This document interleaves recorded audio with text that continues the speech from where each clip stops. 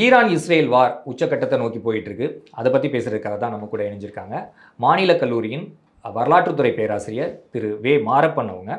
அவங்க கூட சந்திச்சு இந்த வார் குறித்து நிறைய விஷயங்கள் பேசலாம். சார் வணக்கம் சார். வணக்கம் சார், ஈரான் இஸ்ரேல் வார் வந்து உச்சக்கட்டத்தை எட்டியிருக்கு. கிட்டத்தட்ட 12 நாட்களுக்கு மேலாக இந்த போர் வந்து உக்கிரம் அடைஞ்சிட்டு இருக்கு. ஏகப்பட்ட உயிரிழப்புகள், ரெண்டு சைடுமே சேதம் இருந்தாலும் இந்த போரை வந்து நிறுத்துறதுக்கான வாய்ப்புகள், அதுக்கான முயற்சிகள்லாம் போயிட்டு இருக்கு. போர் நிறுத்தத்துக்கு ஈரான் தயார் அப்படிங்கிற மாதிரி ஒரு செய்தி வருது. இஸ்ரேலும் கூட நாங்களும் தயார் அப்படிங்கிற மாதிரி ரெண்டையும் சமரசம் பண்ணுறதுக்கு வழக்கம் போல அமெரிக்க அதிபர் ட்ரம்ப் வந்து முயற்சி எடுத்துட்டு இருக்காரு.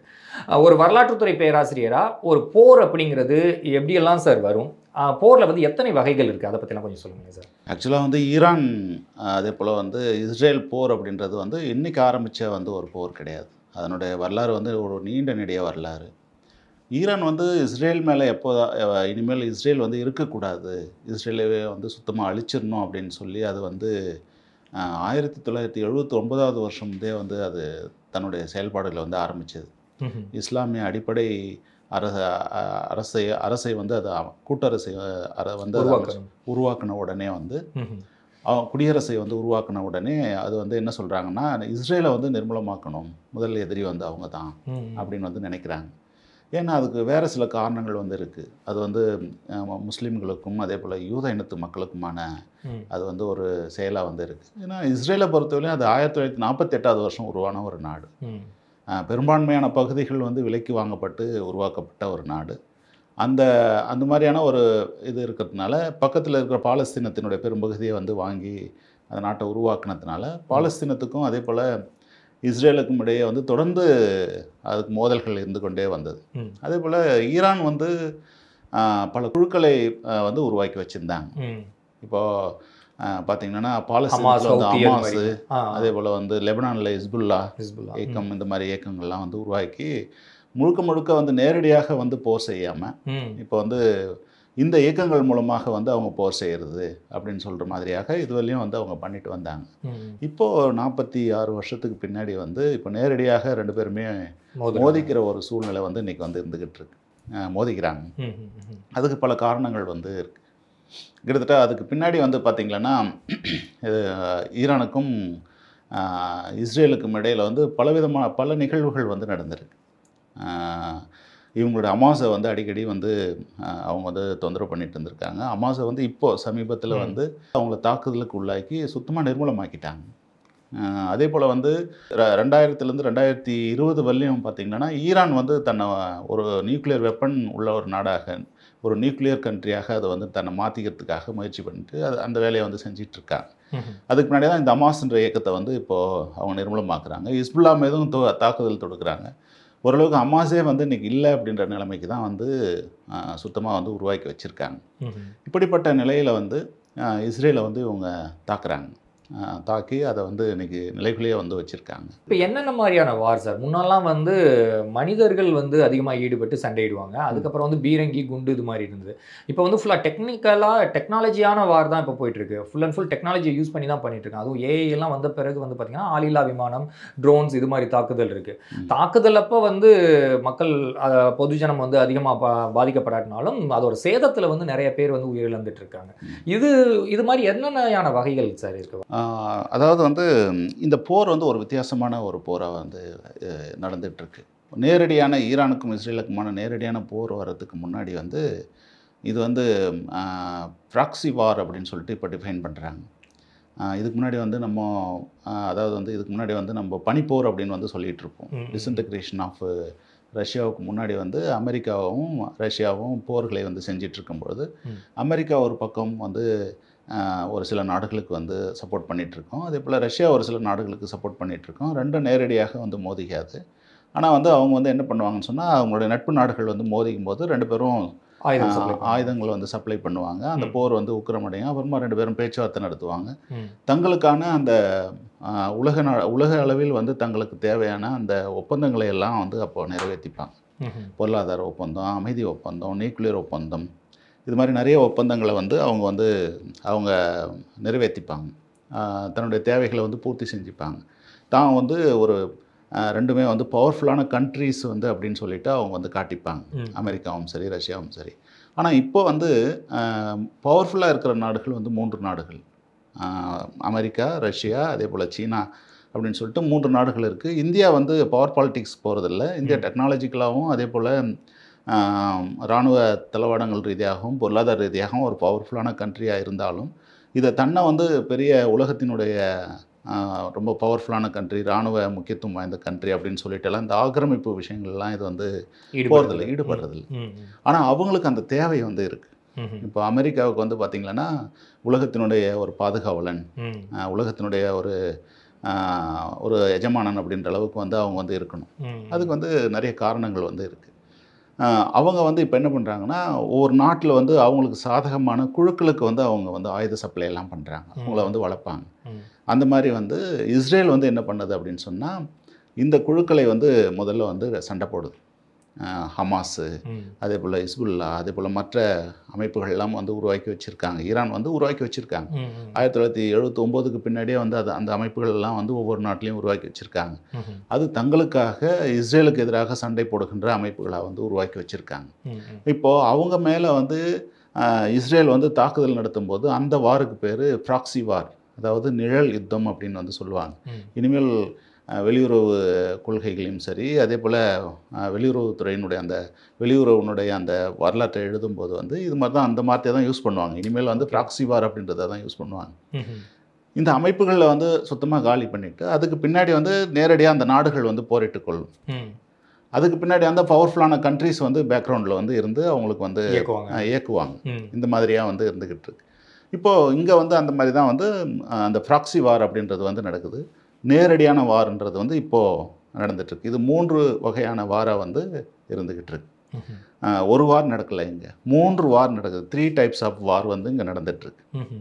அந்த மாதிரி வந்து இந்த இந்த இந்த இதுக்கும், அதாவது இஸ்ரேலுக்கும் ஈரானுக்கும் இடையில் வந்து நடந்துகிட்ருக்கு.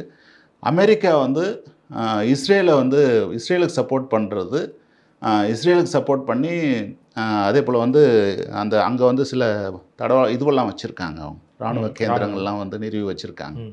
கத்தாரில் வந்து வச்சுருக்காங்க. கத்தார் மேலேயும் வந்து இப்போ ஈரான் வந்து தாக்குதல் நடத்தியிருக்கு. அப்போது உலக நாடுகளிடையே ஒரு கேள்வி வந்து எழுது.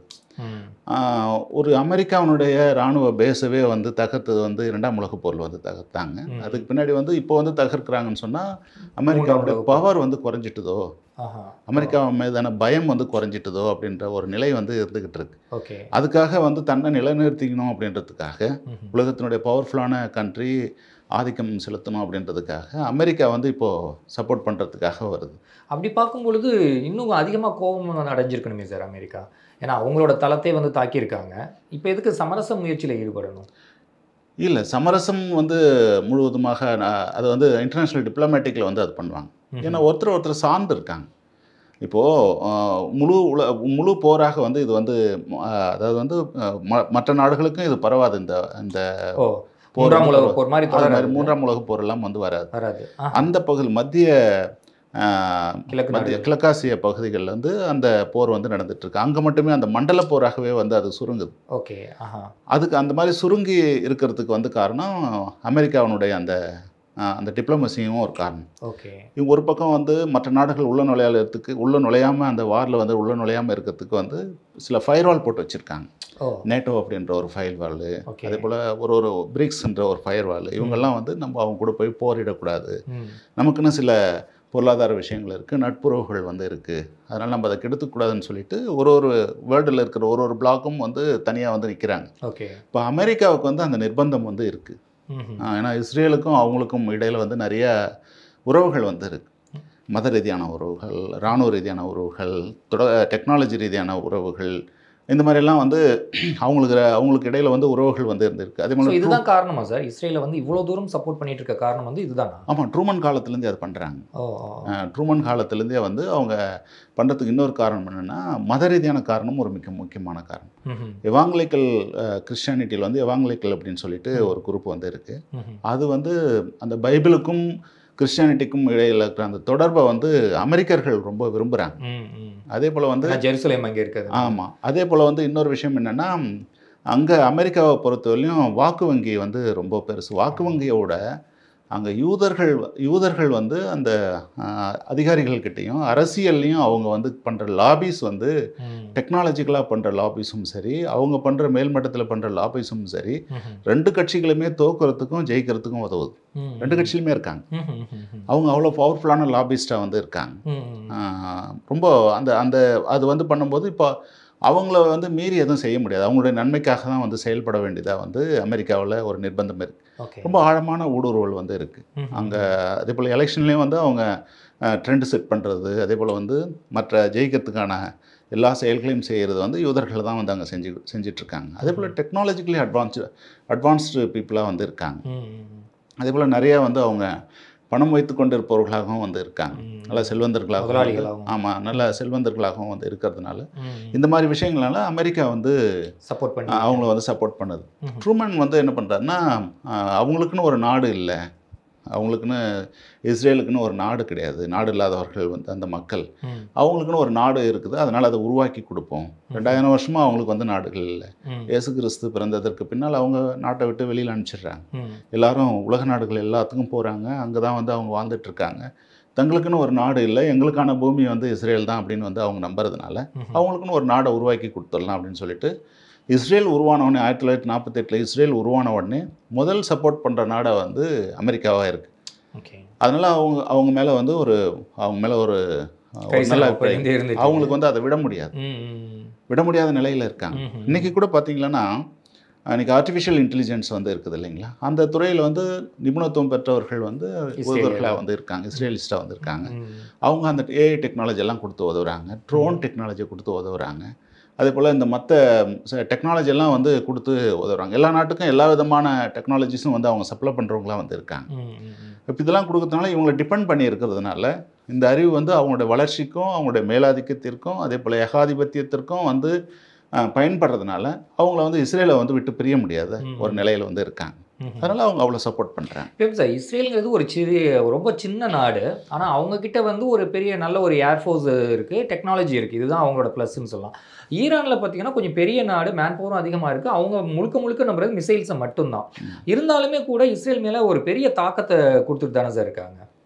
யார் ஈரான் கொடுக்குறாங்க? ஈரான் கொடுத்துட்டு தானே இருக்காங்க. இப்போ இல்லை, அது வந்து என்னென்னா, இஸ்ரேல் வந்து டெக்னிக்கலி அட்வான்ஸ்டு பீப்புள், நாலேஜ்லேயும் வந்து ரொம்ப அட்வான்ஸ்டு பீப்புளாக வந்து இருக்காங்க அவங்க. அது மட்டும் இல்லாமல் அவங்க வந்து வச்சிட்ருக்கிற வெப்பன்ஸ்லாம் ரொம்ப பவர்ஃபுல் வெப்பன்ஸ் தான் வந்து வச்சிட்ருக்காங்க.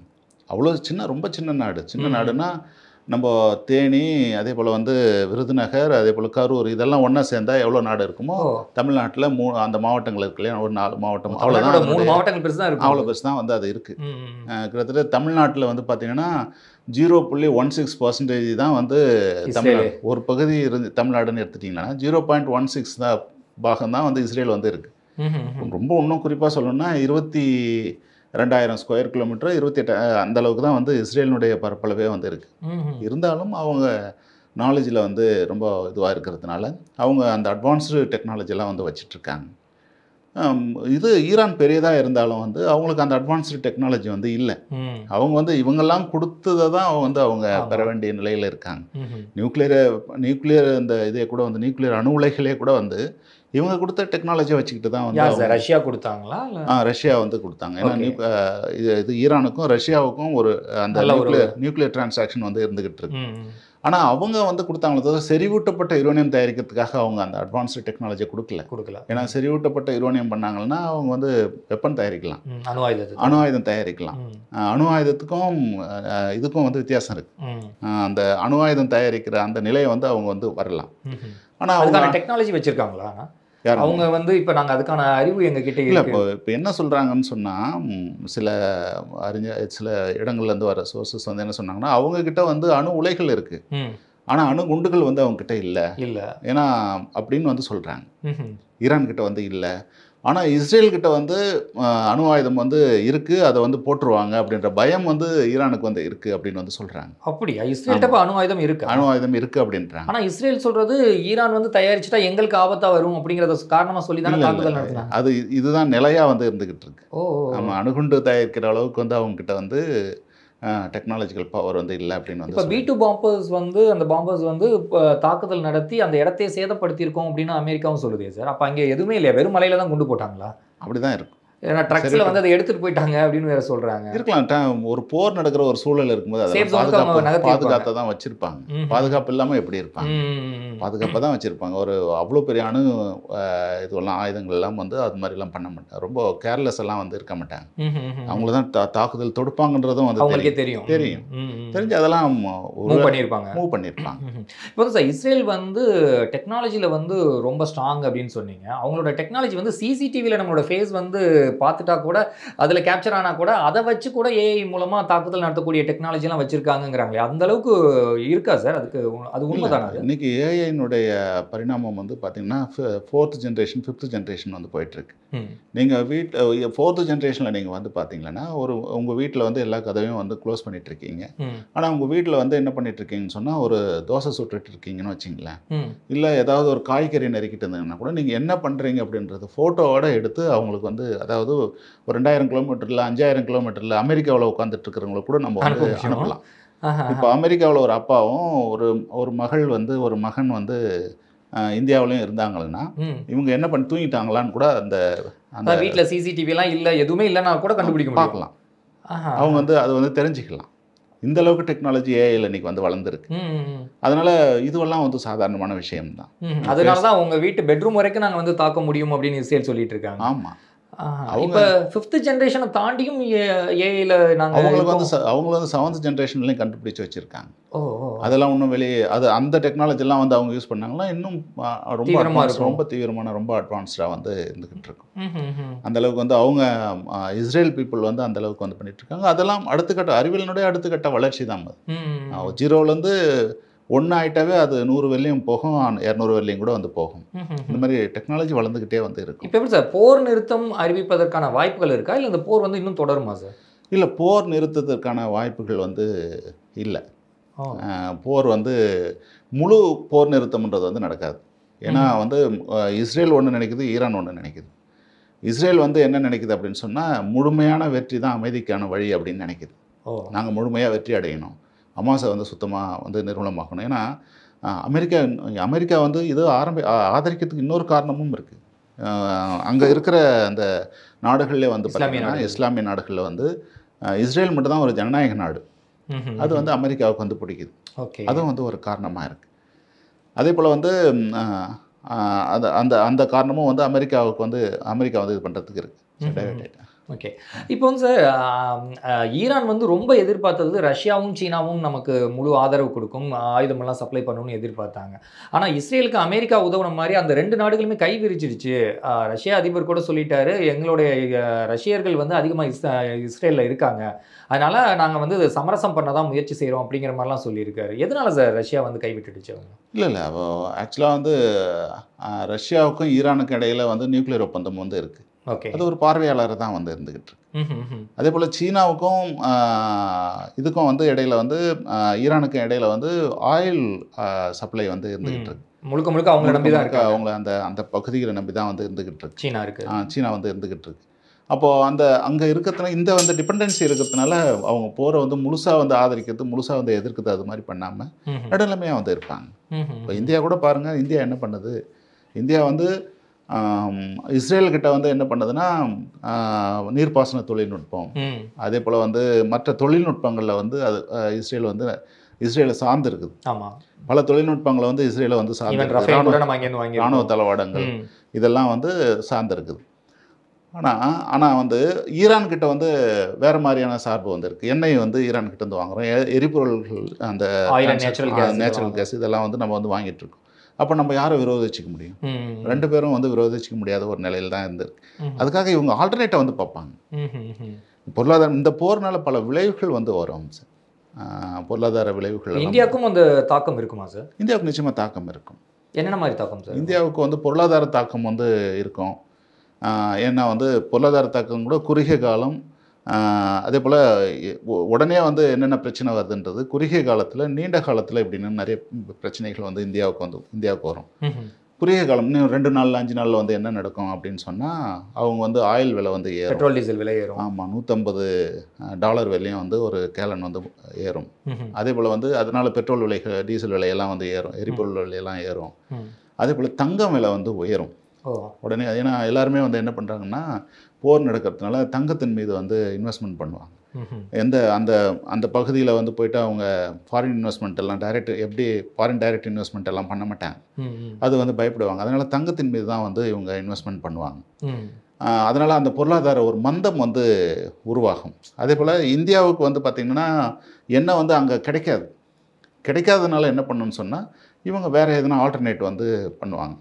இவங்க அமெரிக்காவோ இல்லை ரஷ்யாவோ இல்லை வந்து ஆப்பிரிக்க நாடுகள், இன்றைக்கி வந்து எண்ணெயை வந்து ஆப்பிரிக்க நாடுகளை நம்ப வேண்டிய சூழல் வந்து இந்தியாவுக்கு வந்து வரும். உலக நாடுகளுக்கே இனிமேல் வந்தாலையும் வந்து வரும். இந்த போர் வந்து ஒரு முடிகிற ஒரு சூழ்நிலையில் வந்து இந்த 3 நாடுகளை தான் நம்ப வேண்டிய ஒரு சூழல் வந்து. இந்த போரே கூட இப்போ மத்திய கிழக்குலேருந்து ஆப்பிரிக்கா நாடுகளை நோக்கி நகரும் அப்படிங்கிற மாதிரியும் சொல்கிறாங்களே சார். இல்லை, ஆப்பிரிக்க நாடுகளை நோக்கி நகராது. பட் வந்து இந்த போர்னால் வந்து எண்ணெயை வாங்குறவங்க வந்து பொருளாதார மண்டலம் வந்து ஆப்பிரிக்காவை நோக்கி போகின்றாங்க. ஆப்பிரிக்காவில் இருக்கிற சில எண்ணெய் வள நாடுகளை நோக்கி வந்து அங்கே போய் எண்ணெய் வாங்குவாங்க. அதே போல் தான் ஏற்கனவே சொன்னேன் இல்லைங்களா, நம்ம வந்து ரஷ்யா கிட்ட எண்ணெய் வாங்குவாங்க. அதே போல் அமெரிக்கா கிட்ட வந்து எண்ணெய் வாங்குவாங்க. அதனால் இந்த எண்ணெய் வர்த்தகம்ன்றது வந்து ஷிஃப்ட் ஆகும். பொருளாதாரம்ன்றது வந்து அப்படியே ஆப்பிரிக்காவுக்கு வந்து ஷிஃப்ட் ஆகும். ஆப்பிரிக்கல் நாடுகள் வந்து நிறைய வந்து வளமான நாடுகளாக வந்து மாறும் அப்படின்னு வந்து சொல்கிறாங்க. அவங்க தான் வந்து இனிமேல் டிசைடிங் ஃபேக்டராக வந்து இருப்பாங்க. எல்லாரும் இவங்களை விட்டுட்டு போயிடுவாங்க. ஏன்னா அதுக்கான அழுத்தத்தை வந்து அமெரிக்கா வந்து கொடுக்கும். இவங்ககிட்டலாம் வந்து மறைமுகமாக வந்து இவங்களை அமுக்கிட்டு அவங்கள வளர்த்து விடணும், ஆப்பிரிக்கா வளர்த்து விடணும் அப்படின்னு. இது வந்து உலக இதுலேயும் வந்து மாறும், உலக இன்வெஸ்ட்மெண்ட்லேயும் வந்து மாறும். இனிமேல் ஆப்பிரிக்கா வந்து அமைதியான நாடுகளாக வந்து இருக்கிறதுனால அங்கே போய் இன்வெஸ்ட்மெண்ட் பண்ணலாம். இது எப்போவுமே சண்டையாக வந்து பிரச்சனையாகவே இருந்துக்கிட்டு இருக்கு அப்படின்ற ஒரு நிலையம் வந்து எதிர்காலத்தில் வந்து வரும். இது வந்து நீண்டகால பிரச்சனைகளாக வந்து, அதாவது குறுகிய காலத்தில் வந்து சென்செக்ஸ் எல்லாம் வந்து குறுகிய காலம் 6 மாதம் வரையிலும் பார்த்திங்கன்னா சென்சஸ் வந்து இன்ஸ்டபிலிட்டியாக வந்து இருந்துக்கிட்டு இருக்கும்.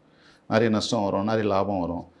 எல்லாருக்கும் இன்வெஸ்டர்ஸ்க்கு சென்செக்ஸ் எல்லாம் போய்ட்டு யாரும் ஷேர் எல்லாம் வந்து பண்ணுறதெல்லாம் வந்து பண்ண முடியாத பயப்படுவாங்க. எதில் இன்வெஸ்ட்மெண்ட் பண்ணாலையும் வந்து லாபம் வருமா லாபம் வராது அப்படின்ற ஒரு நிலை தான் வந்து இருந்துக்கிட்டு இருக்கும். ஏன்னா திடீர்னு விலை ஏறும், திடீர்னு விலை குறையும், தங்கப்பெல்லாம் இன்னும் நிறைய விலை ஏறும். இப்படிப்பட்ட சூழ்நிலையில் நீங்கள் எங்கே இன்வெஸ்ட்மெண்ட் பண்ணுவீங்க? இந்த மாதிரியான ஒரு சூழ்நிலை குறுகிய காலத்தில் வந்து இருக்கும். ஒரு பொருளாதார மந்தமும் வந்து இந்த ஒரு 6 மாதத்தில் வந்து ஏற்படும். அதுக்கு பின்னாடி வந்து ஒரு 5 வருஷம் இதனுடைய தாக்கம் வந்து இருக்கும். உலக நாடுகளுக்கிடையே வந்து ஒரு 5 வருஷம் வந்து தாக்கம் இருக்கும்.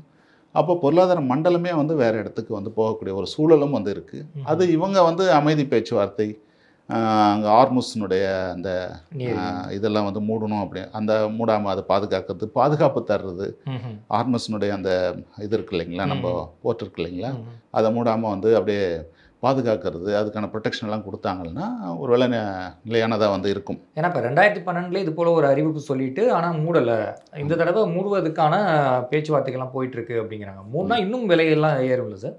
ஏறும், நிறைய 30. ஏன்னா அந்த வழித்தடம் பிளாக் ஆனிச்சுன்னா ஆயில் எதுவுமே ஏறும். ஏன்னா இப்போவே வந்து பார்த்தீங்கன்னா உலக வர்த்தகத்தில் 30% எண்ணெய் வந்து அங்கே தான் வந்து ஏற்றுமதி பண்ணுறாங்க.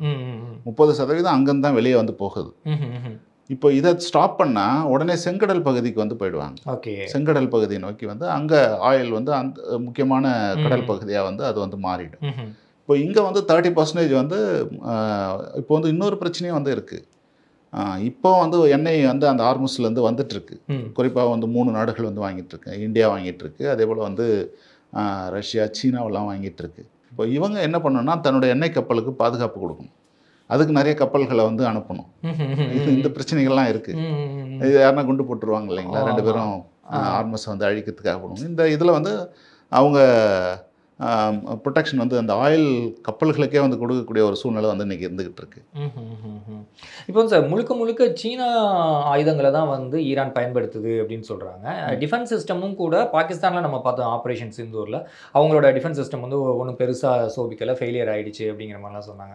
ஆனால் இப்போ அயன்டோமே வந்து இவங்க மிசைல்ஸ் வந்து என் நம்பர் ஆஃப் இதை அனுப்புறதுனால அயன்டோம் வந்து கன்ஃபியூஸ் ஆகுது. ஸோ அப்போ இஸ்ரேலோட டெக்னாலஜியும் ஃபெயிலியரா அப்படிங்கிற மாதிரி ஒரு பேச்சு வருது. அது உங்கள் பார்வையில் எப்படி சார் பார்க்குறீங்க? இல்லை அப்படியெல்லாம் வந்து இல்லை.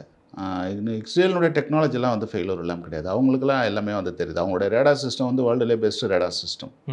அவங்க வந்து எது வந்தாலும் வந்து தெரியும். இவங்க யூஸ் பண்ணுற குண்டு வந்து இப்போ ஒரு புது விதமான வந்து குண்டாக வந்து இருந்துக்கிட்டு இருக்கு. அதுக்கான தடுப்பு முறைகளில் வந்து பண்ணால் ரொம்ப காஸ்ட்லி ஆகுது. தடுப்பு பண்ணிடலாம். ஓகே. கிட்டத்தட்ட 90% இப்போ தடுக்கிறாங்களே, அதே எப்படி தடுப்பாங்க? இப்போ குண்டு வந்து 100 குண்டு வருதுன்னு சொன்னால் 90% தடுக்கிறாங்க. 10% அதுவே அவ்வளோ பெரிய சேதத்தை அவ்வளோ பெரிய சேதம் இருக்குது. சுத்தமாக வந்து போடுற குண்டெல்லாம் தடுக்காமலாம் முடியாது. எல்லாத்தையும் தடுக்கிறாங்க. ஒரு 10% வந்து தடுக்க முடியல. அதையும் தடுக்கலாம். சில இடங்களில் ஒரு குண்டு 2 குண்டு தான் வந்து விழுது. சுத்தமாகவே வந்து அதை எதிர்கொள்ள முடியாதுன்ற நிலையெல்லாம் வந்து கிடையாது. அவங்க அட்வான்ஸ்டாக இருக்காங்க. அதை விட இவங்களும் அட்வான்ஸ்டாக தான் வந்து இருந்துகிட்டு இருக்காங்க. சில மிஸ் ஆகிறது தான் வந்து இவ்வளோ சேதங்களை வந்து ஏற்படுத்துது. இப்போ ஒரு நகரமே வச்சுருக்கோம், நாங்கள் ஏவுகணைக்கான ஒரு நகரம் வந்து அண்டர் கிரவுண்டில் வச்சுருக்கோம் அப்படின்னு ஈரான் சொல்லிட்டு இருக்காங்க. அவ்வளவுக்கு நாங்கள் ஆயுதங்கள் குவிச்சு வச்சுருக்கோம், இன்னும் கடும் விளைவுகளை எதிர்பார்க்கலாம் அப்படிங்கிற மாதிரிலாம் இல்லை. ஒரு நாடு வந்து இது மாதிரி தயாரித்து வச்சுருக்கோம். எல்லா நாடுகளிலும் ரகசிய இடங்கள் வந்து இருக்கும். அதெல்லாம் வந்து மறுக்க முடியாது. இப்போ இந்தியாலையும் கூட இது மாதிரி அண்டர் கிரவுண்ட்லாம் வச்சுருக்கோம். எல்லாமே இருக்கும். எல்லா நாடுகளும் தன்னுடைய ராணுவ தளவாடங்களை வந்து வெளிப்படையாக வச்சுக்கிட்டு வெளிப்படையாகலாம் சொல்ல முடியாது. சொல்லாது. அது மாதிரிலாம் 10க்கு 1 ஒரு பகுதி தான் வந்து சொல்லுவாங்க. 10 பகுதியும் வந்து சொல்லிட்டா நம்மளுடைய ரகசியங்கள் வெளியே தெரியும் இல்லையா? அதுதான் ரகசியம். அதே போல் ராடார்லையும் தெரியும் இல்லையா? ரேடாருக்கு தெரியாத இடங்களில் தான் வந்து வைப்பாங்க. அது ராணுவ கேந்திரம் வாய்ந்த இடங்களாக வந்து இருக்கும். அதெல்லாம் வெளியில் சொல்ல மாட்டாங்க. சார், அமெரிக்கா வந்து தொடர்ந்து இந்த மத்திய கிழக்கு நாடுகளில் ஒரு பதட்டமாகவே வச்சுட்டு இருக்காங்க. அடிக்கடி போர் இது பண்ணுறதும், அதை அவங்களே போய் சமரசம் பண்ணுறதும் இது மாதிரியே வச்சுட்டு இருக்காங்க. எதனால சார் அமெரிக்கா வந்து அந்த பகுதியை இன்னும் அப்படியே பதட்டமாக வச்சுட்டு இருக்கு? இல்லை, அமெரிக்காவில் இன்றைக்கி வந்து நிறைய பிரச்சனைகள் வந்து இருந்துக்கிட்டு இருக்கு. ஒரு விஷயம் என்னென்னா, மத்திய கிழக்கு நாடுகளில் வந்து பார்த்திங்கன்னா எண்ணெய் வளம் வந்து அதிகமாக இருக்குது. அது தன்னுடைய கண்ட்ரோலில் வந்து வச்சுக்கணும். ஆனால் சில நாடுகள் வந்து என்ன பண்ணுதுன்னு சொன்னால், சீனா கூடயும் அதே போல் ரஷ்யா கூடயும் போய்ட்டு அவங்க கூட ஒத்துழைப்பு வந்து வச்சுக்கிறாங்க. இப்போ ஈரானே கூட போய்ட்டு நியூக்ளியர் ஒப்பந்தங்கள் வந்து போட்டுட்டு வந்திருந்தாங்க. 2000 2020 போட்டாங்க. அப்போ வந்து என்ன பண்ணாங்கன்னு சொன்னால், ஈரான் நியூக்ளியர் பாலிசினே வந்து உருவாக்குனாங்க. 2015 வருஷம் ஈரானுக்காகவே உருவாக்குனாங்க. அப்போ உருவாக்கும் பொழுது கடைசியில் வந்து அதில் வந்து ஈரான் வந்து ஃபாலோ பண்ணணும்னு சொல்லிட்டு அமெரிக்கா வந்து அதிலேருந்து வெளியேறிடுது. இந்த மாதிரியான ஒரு சூழ்நிலை. இது அமெரிக்காவுக்கு இன்னொரு பிரச்சனையும் இருக்குது. இது உலகளாவிய வர்த்தகத்தில் வந்து அமெரிக்காவுடைய டாலரை வந்து பயன்படுத்துகிறாங்க. இன்றைக்கி வந்து ஒரு பக்கம் வந்து ஐரோப்பியாவுடைய யூரோ வந்துருச்சு, ஒரு பக்கம் வந்து டாலர் வந்து யாரும் உலக நாடுகள் மதிக்காத ஒரு சூழ்நிலை வந்தது. சீனா வந்து எங்களுடைய எண்ணை வந்து எல்லாரும் உலக நாடுகள் வந்து பயன்படுத்தலாம் அப்படின்னு வந்து சொல்லிகிட்ருக்கு. அதே போல் இன்றைக்கி வந்து கிரிப்டோ கரன்சி அந்த மாதிரிலாம் வந்துட்டுருக்கு. இப்போ வந்து டிஜிட்டல் பரிவர்த்தனைகள் வந்து வந்துட்டுருக்கு. அப்போ அவங்களுடைய டாலர்னுடைய வேல்யூ வந்து அதனுடைய மதிப்பு வந்து ரொம்ப குறையுது. இனிமேல் அதை பயன்படுத்தலாமா, உலக நாடுகள் ஒரு காமன் கரன்சியாக பயன்படுத்தக்கூடாதா என்ற நிலை வந்து பொருளாதார விஷயங்களில் வந்து வருது. இராணுவத்துலேயும் வந்து டெக்னாலஜி வந்து வேறு இடங்கள்லேருந்து அவங்க வாங்குகிறாங்க. இப்போ ட்ரோனு, அதே போல் வந்து ஒரு செல்ஃப் சஃபிஷியண்ட்டாக இல்லாமல், டெக்னாலஜி செல்ஃப் சஃபிஷியண்ட்டாக இல்லாமல் ட்ரோனு அதே போல் ஏஐ போன்ற விஷயங்களை வந்து மற்ற நாடுகள் வந்து வாங்குகிறாங்க. ஒரு பக்கம் எண்ணெய் வந்து இவங்களை டிபெண்ட் பண்ணி வந்து இருக்காங்க. அப்போ அந்த எண்ணெய் வளம் அந்த நாடுகளை வந்து சவுதி, அதே போல் ஈரான், அதே போல் மற்ற அந்த பகுதிகள் முழுக்க வந்து தன்னுடைய கட்டுப்பாட்டுக்குள்ளே கொண்டு வரணும் அப்படின்னு சொல்லிட்டு அமெரிக்கா வந்து நினைக்குது. இந்த காரணங்கள் மட்டும் இல்லாமல் உள்நாட்டில் அவங்களுக்கு நிறைய சிக்கல்கள் வந்து இருந்துக்கிட்டு இருக்கு. அந்த சிக்கல்களை எல்லாம் தவிர்ப்பதற்காக வந்து அவங்க என்ன பண்ணுறாங்கன்னா, இந்த போரை வந்து கொதிக்க வச்சுட்டே இருக்காங்க. போர் வந்து செய்ய வச்சுட்டே வந்து இருக்காங்க. அந்த செய்ய வச்சுட்டே இருக்கிறதுனால அவங்களுக்கு வந்து இப்போ போர் தளவாடங்களுடைய விலை வந்து இப்போ ஏறும். புதிய புதிய போர் கருவிகளை வந்து இப்போ வந்து இந்த போர் செய்கிறதுனால தானே வந்து புதிய கருவிகள் இருக்குதுன்னு தெரியும். அப்போ அந்த புதிய கருவிகளுடைய பவர் என்ன, அது எப்படி வெடிக்குது, எவ்வளோ என்னென்ன சேதங்களை ஏற்படுத்துது. நமக்கு பிரம்மோஸ் பற்றி உலக நாடுகள் பேசப்படுற மாதிரி அந்த மாதிரி வந்து இது வந்து சும்மாவே வந்து வெப்பன் மட்டும் தயாரிக்கிறாங்க, அதை யூஸ் பண்ணாமே வந்து இருக்குது இல்லையா. புதுசாக வந்து ஒரு 10 வருஷத்துக்கு ஒரு தடவை ஒரு போர் நடத்தணும்னா அந்த வெப்பன்ஸ் வந்து புது புது டெக்னாலஜியை வந்து எப்படியெல்லாம் பயன்படுத்தி அந்த வெப்பனை ரெடி பண்ணுறாங்கன்றதை வந்து இவங்க வந்து இப்போது இது பண்ணி காட்டுறாங்க. எல்லாருக்கும் விலக்கி காட்டுற மாதிரி தான் இந்த போர் வந்து இருந்துக்கிட்டு. அப்போது அந்த போர் தளவாடங்களை அவங்ககிட்டையும் வந்து வாங்குவாங்க. இது இப்போ வந்து வேறு வேறு நாடுகளை வந்து நோக்கி போயிட்டுருக்காங்க. இப்போ இந்தியாலாம் செல்ஃப் சஃபிஷியண்ட்டாக வந்து இருந்துக்கிட்டு இருக்கு. இப்போ ட்ரோனெல்லாம் நம்மளே வந்து தயாரிக்கிறோம். சென்னை அண்ணா பல்கலைக்கழகத்தில் வந்து ட்ரோன் வந்து இவங்க செல்ஃப் சஃபிஷியண்ட்டாக உருவாக்குறாங்க. அப்துல் கலாம் வந்து அதுக்கான ஒரு அமைப்பை வந்து உருவாக்குறாரு. ட்ரோனில் வந்து நம்ம இப்போ செல்ஃப் சஃபிஷியண்ட்டாக இருக்கும். இந்தியா பாகிஸ்தானுக்கு இடையில் வந்து நடந்த அந்த இதில் கூட அந்த ட்ரோனை வந்து அண்ணா பல்கலைக்கழகத்திலேருந்து தயாரிக்கப்பட்ட அந்த ட்ரோனை தான் நம்ம வந்து யூஸ் பண்ணிகிட்ருக்கோம். அந்த மாதிரி வந்து அவங்களுக்கு வந்து மற்ற சிறு சிறு நாடுகள் எல்லாமே இதை பயன்படுத்தலாம் இல்லையா, தன்னுடைய பாதுகாப்புக்காக அதை பயன்படுத்தலாம். இந்த மாதிரி பல காரணங்கள்னால வந்து அது அந்த அந்த பகுதியை வந்து ஒரு பதட்டமான பகுதியவே வந்து வச்சிட்ருக்கு. வேற எந்த பகுதியை நான் வச்சிட்ருக்க முடியும்? வேற எந்த பகுதியை வந்து செல்வம் எல்லாத்துலேயும் மாற்று. ஆமாம், செல்வமிக்க பகுதியை தான் வந்து வச்சிட்ருக்க முடியும். போய் சஹாரா பாலைவனத்தில் போயிட்டு அந்த நிலத்தை பிடிச்சி வச்சுக்கிட்டு யாரும் கேட்க கூட மாட்டாங்க. அதே போல் ஆர்டிக் பகுதியிலேயே அண்டார்டிக் பகுதியிலேயே வந்து எந்த வளமும் இல்லாத பகுதிகளில் இந்த மாதிரியான பதற்றமாக வச்சுக்க முடியாது. ஆமாம், செல்வம் இருக்கிற பகுதியில் உலக நாடுகள் அதை வந்து நம்பி இருக்குதுன்ற இடத்துல தான் அது டிஸ்டர்ப் பண்ணி தன்னுடைய மேலாதிக்கத்தையும் தன்னுடைய ஏகாதிபத்தியத்தையும் அது வந்து நிலைநிறுத்து. ஆனால் இன்னைக்கு வந்து பார்த்தீங்கன்னா, அதாவது பனிப்போர் இருக்கிற காலத்தில் ஒரே எதிரி தான் இருந்தாங்க அவங்களுக்கு, ரஷ்யா தான் வந்து இருந்தாங்க. இன்னைக்கு 2 எதிரிகள் ஆயிட்டாங்க. 3வது ஒருத்தர் எதிரி ஆகலாம், ஆனால் எல்லாத்தையும் வளர்ந்துட்டு இருக்காங்க. 2 எதிரிகள் வந்து யாருன்னா சீனாவும் அதே போல் வந்து ரஷ்யாவும் வந்து 2 எதிரிகள் வந்து இருக்காங்க. இப்போ இவங்க வந்து எந்த இடத்துலையும் போய் இருக்கக்கூடாது, அதே போல் அவங்களுடைய மணியையும் பயன்படுத்தக்கூடாது அப்படின்ற எண்ணமெல்லாம் இன்னைக்கு வந்து இருந்துகிட்டு இருக்கு. அதனால இந்த போரோட தாக்கம் எப்படி சார் இருக்கும் உலக நாடுகள் முழுவதிலும்? உலக நாடுகள் முழுவதிலும் வந்து இந்த போரினுடைய தாக்கம் வந்து பார்த்திங்கன்னா, அடுத்த ஜெனரேஷன் வந்து எப்படி அந்த போர்களை வந்து எடுத்துகிட்டு போகணுன்றதை வந்து யோசிக்கும். பல இராணுவ ரீதியான ஒரு தாக்கம் வந்து இருக்கும். இதில் இராணுவ ரீதியாக வந்து என்னென்னா, புதிய புதிய கருவிகளை வந்து இது வந்து உற்பத்தி பண்ணி வச்சுருக்காங்க. மனித சேதமும் வந்து இருக்கும், மனித சேதம் எல்லாமே போர் செய்யலாம். அதே போல் வந்து நீங்கள் இப்போ சொன்னீங்க இல்லைங்களா, அவங்க ஃபேஸை மட்டும் வச்சுட்டு துல்லிய தாக்குதல்கள் வந்து நடத்தலாம் அப்படின்ற ஒரு புதிய புதிய விஷயங்கள்லாம் இந்த போர் வந்து சொல்லியிருக்கு. அப்போது எந்தெந்த தலைவர்களை வந்து கொல்ல முடியுமோ, யாரெல்லாம் வந்து ரொம்ப முக்கியஸ்தர்களாக அந்த நாட்டை வழிநடத்தக்கூடியவர்களாக வந்திருக்காங்களோ அவங்களெல்லாம் வந்து இந்த மாதிரி பண்ணுறதுக்கு வந்து இந்த மாதிரி யூஸ் பண்ணலாம்.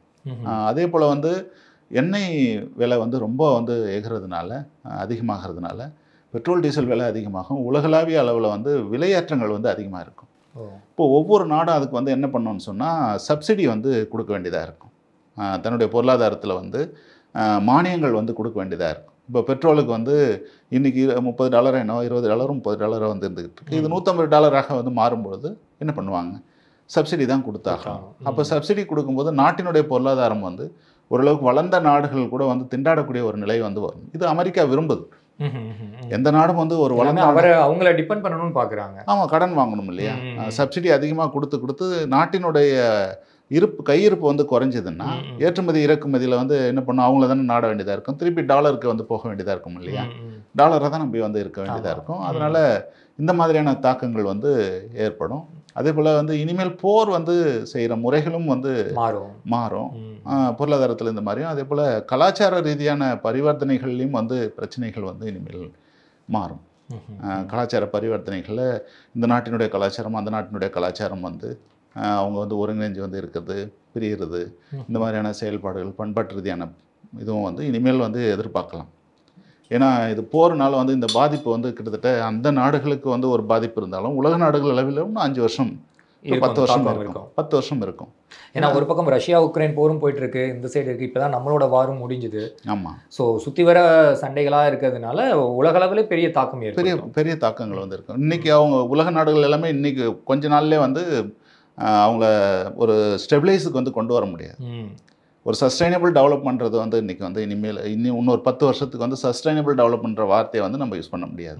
அதான் எல்லா நாடுகளும் சில நம்ம உலகத்தில் வந்து பார்த்திங்கன்னா வளர்ந்த நாடுகள், வளரும் நாடுகள் அப்படின்னு சொல்லிட்டு எல்லாம் இருக்கு இல்லைங்களா? இப்போ வளர்ந்த நாடுகள் அப்படின்றது அந்த சஸ்டைனபிள் டெவலப்மெண்ட்டை வந்து எட்ட முடியாது, அந்த வார்த்தைகளை வந்து இனிமேல் பயன்படுத்த முடியாது. சார், வேர்ல்டுலேயே ரொம்ப ஃபேமஸான உளவு அமைப்பு அப்படின்னா அது மொசாட்டை தான் சொல்லுவோம். ஏன்னா மொசாட்டோட தீவிரம் வந்து பார்த்திங்கன்னா ஈரானுக்குள்ளேயே இருந்து கூட ஒரு பெரிய படையெல்லாம் உருவாக்கி வச்சுருக்காங்க, உள்நாட்டுக்குள்ளேயே தாக்குதல் கூட நடத்தலாம் அப்படிங்கிறாங்க. மொசாட் பற்றி உங்களோட கருத்து கொஞ்சம் சொல்லுங்கள்.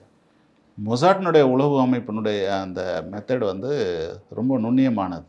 இப்போ அவங்க வந்து அவங்களுடைய ஒரு உளவை வந்து எப்படி பெறுறாங்க அப்படின்றது வந்து அவங்க வேறு எங்கேயும் போய் ஒருத்தரை வந்து பார்த்துட்டு அந்த தகவலை வந்து பெறணும் அப்படின்றதெல்லாம் கிடையாது. மொசாட்டை பொறுத்தவரையிலும் இப்போ பேசிகிட்டு இருக்கிற நீங்களும் உளவாளி தான், நானும் உளவாளி தான். இப்போ இங்கேருந்தே வந்து அவங்க செய்திகளை வந்து எடுப்பாங்க, உளவு தகவல்களை வந்து எடுப்பாங்க. நீங்கள் நேருக்கு நேராக பேசிட்டு இருந்தாவே வந்து அவங்க எடுப்பாங்க. அதுவும் எலக்ட்ரானிக் மீடியாவில் பேசிட்டு இருந்தாலும் அதை வந்து எடுப்பாங்க. அப்போது இந்த மாதிரியான நமக்கு சாதகமாக பேசக்கூடியவங்க வந்து உலக அளவில் யார் இருக்காங்க அப்படின்னும்போது அவங்கள வந்து டெவலப் பண்ணுற அவங்களுக்கான செய்திகளை வந்து கொடுத்துக்கிட்டே இருப்பாங்க. எப்படி சார் இப்போ டெக்னாலஜி மூலமாக அவங்க வந்து எடுப்பாங்களா? இப்போ நம்ம ஃபோன் கான்வர்சேஷனில் இருக்கோம்னா அந்த மாதிரி தகவல் எடுப்பாங்களா?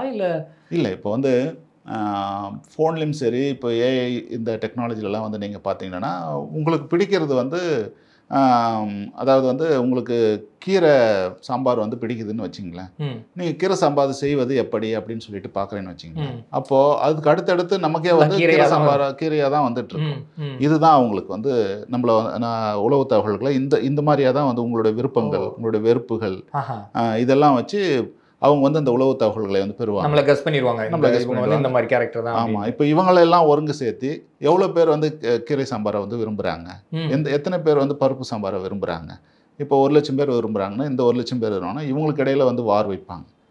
இந்த மாதிரியான அவங்க வந்து பண்ணிட்டு இருக்காங்க. இது குழந்தைகள் தான் இன்னைக்கு வந்து அந்த அளவுக்கு வந்து ஏன்னா இன்னைக்கு வர்ற எல்லா விளையாட்டுகளும் வந்து பார்த்திங்கன்னா குழந்தை விளையாட்டுகள் புறமே இஸ்ரேலில் இருக்கிறவங்க தான் வந்து அதை செய்கிறாங்க. ஆனால் இஸ்ரேலில் இருக்கிற குழந்தைகள் வந்து அந்த கார்ட்டூன்லாம் பார்க்க மாட்டாங்க. அவங்களுக்கு ரெஸ்ட்ரிக்ஷன் இருக்குது. ஆனால் உலகத்தில் இருக்க எல்லா நாட்டினுடைய குழந்தைகளும் அது பார்ப்பாங்க, அதை பார்ப்பாங்க. இதுதான் அவங்களுடைய டெக்னாலஜி. அவங்க உலகத்தை உளவியல் ரீதியாக வழிநடத்தக்கூடியவர்களாக வந்து இருப்பவர்கள் வந்து இஸ்ரேல் தான். இன்றைக்கும் இஸ்ரேல் தான் இருந்துகிட்டு இருக்காங்க. நம்ம அதெல்லாம் நினச்சி கூட பார்க்க முடியாது. நம்ம வந்து நம்மளுடைய உளவு தகவல் நம்ம பெறுறதெல்லாம் வந்து அது மாதிரிலாம் நினச்சி கூட பார்க்க முடியாது. ரொம்ப மகிழ்ச்சி. மகிழ்ச்சி.